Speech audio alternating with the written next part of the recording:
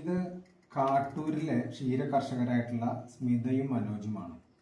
സ്മിതയും മനോജും അവരുടെ പശുക്കൾക്ക് പാൽ കുറവാണ് എന്നുള്ളതുകൊണ്ടും അവരുടെ പശുക്കളിൽ ഒരെണ്ണത്തിന് തൈലേറിയ പോസിറ്റീവാണെന്നുള്ള റിസൾട്ടും കൊണ്ട് എന്നെ സമീപിക്കുകയുണ്ടായി.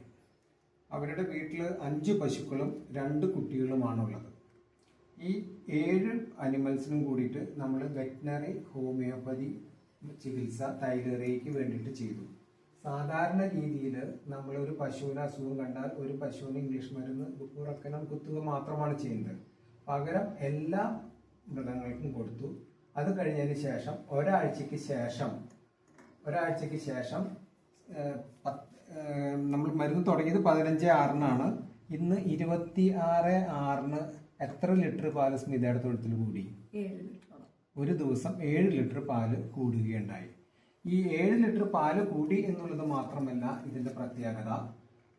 സ്മിതയുടെ ഈ പശുത്തൊഴുത്തിൽ നിന്നും പാല് ആവശ്യക്കാർ അല്ലെങ്കിൽ ഗുണഭോക്താക്കൾ വാങ്ങി ഉപയോഗിക്കുമ്പോൾ ഇംഗ്ലീഷ് മരുന്നാണ് ഉപയോഗിച്ചിരുന്നെങ്കിൽ ഏറ്റവും ചുരുങ്ങിയത് 5 ദിവസം പാല് ഉപയോഗിക്കാൻ പാടില്ലായിരുന്നു. ആ പാല് മാറ്റി വെക്കേണ്ടി വരുമായിരുന്നു. ഇപ്പോൾ ആയുധന്റെ ആവശ്യമില്ല.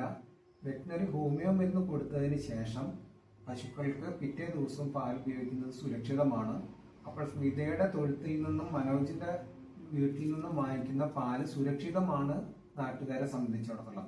ഇവരിൽ നിന്ന് ഇവര് അകിട് വീക്കത്തിനായാലും മറ്റു രോഗങ്ങൾക്കും ഈ വെറ്റിനറി ഹോമിയോ മരുന്നാണ് ഉപയോഗിക്കുന്നത്. നാട്ടുകാർക്ക് വളരെ സുരക്ഷിതമായിട്ടുള്ള ഇവരുടെ കയ്യിൽ നിന്നും പാല് വാങ്ങി ഉപയോഗിക്കാം എന്ന് സാക്ഷ്യപ്പെടുത്തി.